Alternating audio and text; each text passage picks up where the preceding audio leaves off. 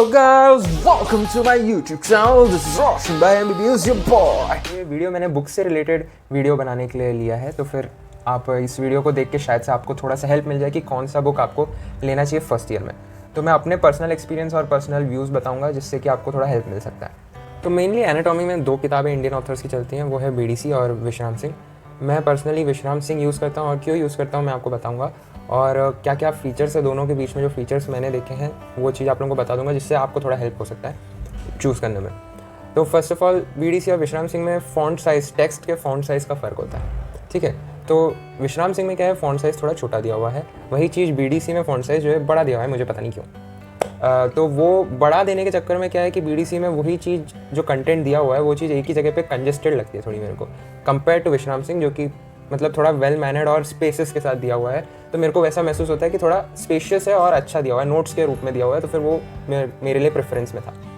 और दूसरी बात ये थी कि हाँ, विश्राम सिंह में जो डायग्राम्स दिए हुए हैं वो चीज़ अपन लोग एग्जाम में बना सकते हैं। बीडीसी में भी डायग्राम्स दिए हुए हैं लेकिन मोस्टली 3D डायग्राम्स या फिर ज़्यादा डायग्राम्स दिए हुए हैं जो कि आपको थोड़ा मुश्किल हो सकता है एग्जाम में बनाने के लिए, लेकिन विश्राम सिंह में आप वो डायग्राम्स देख के बना सकते हैं। लेकिन बीडीसी का एक अच्छा पॉइंट ये है कि ज़्यादा डायग्राम्स दिए हुए हैं और ज़्यादा ऑर्गन्स यदि कुछ आपको देखना होगा तो फिर ज़्यादा अच्छे से एक्सप्लेन्ड है।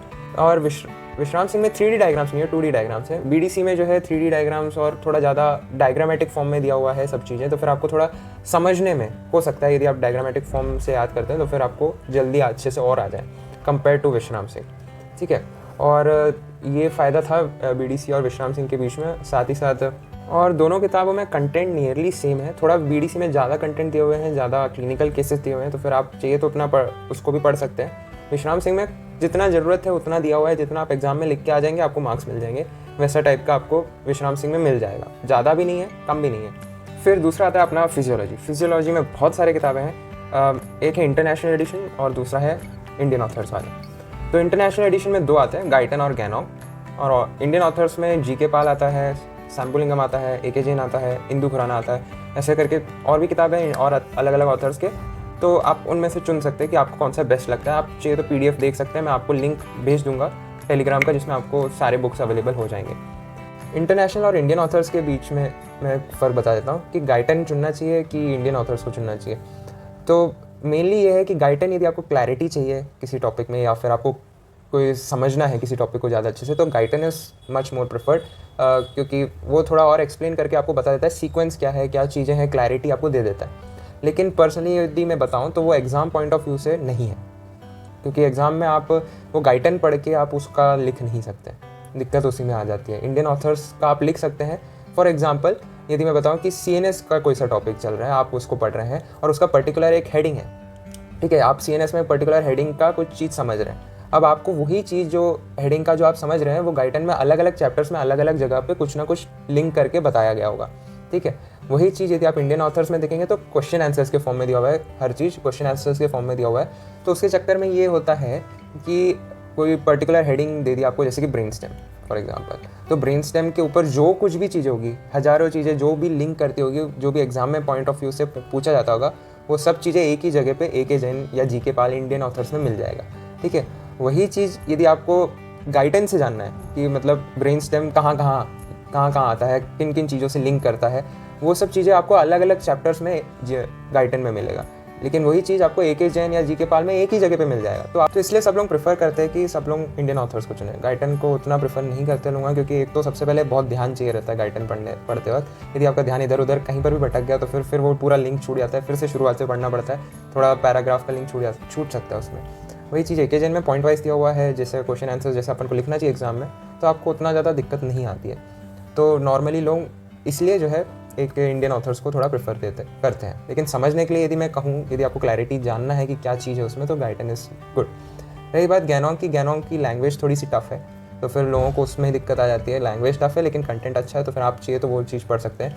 गाइडन में आपको ऐसा करना होगा कि आपको नोट्स बनाने पड़ेंगे। यदि आप गाइडन बुक लेते हैं तो फिर आपको उसमें नोट्स बनाते रहना पड़ेगा, तभी जाके आपको एग्ज़ाम के टाइम पे गाइडन हेल्प कर सकता है, नहीं तो वैसे तो हेल्प नहीं कर पाएगा।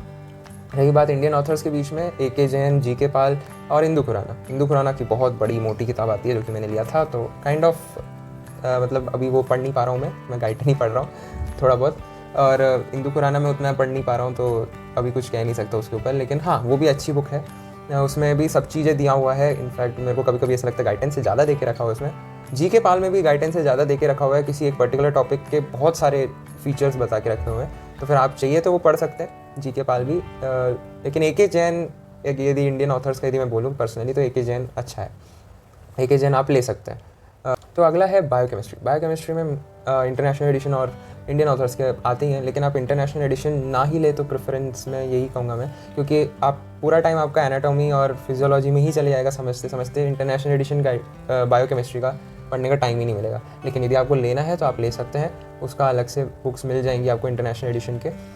रही बात इंडियन ऑथर्स की, तो फिर बायोकेमिस्ट्री में इंडियन ऑथर्स में मैं आपको बता देता हूँ, वासुदेवन आता है, पंकज नायक आता है और सत्यनारायण आता है। तो मैंने लोगों से सुना है बहुत कि पंकज नायक बहुत अच्छा है इन बायोकेमिस्ट्री, क्योंकि वो सब चीज़ें एक्सप्लेन कर देता है, नोट्स वाइज है, सब चीज़ जो आपको चाहिए एग्जाम पॉइंट ऑफ व्यू से सब चीज़ मिल जाएगा एक ही जगह पे। और वो चीज़ सबको लैंग्वेज भी इजी लगी है पंकज नायक की, तो फिर आप वो चीज़ प्रेफर कर सकते हैं पंकज नायक एग्जाम पॉइंट ऑफ व्यू से।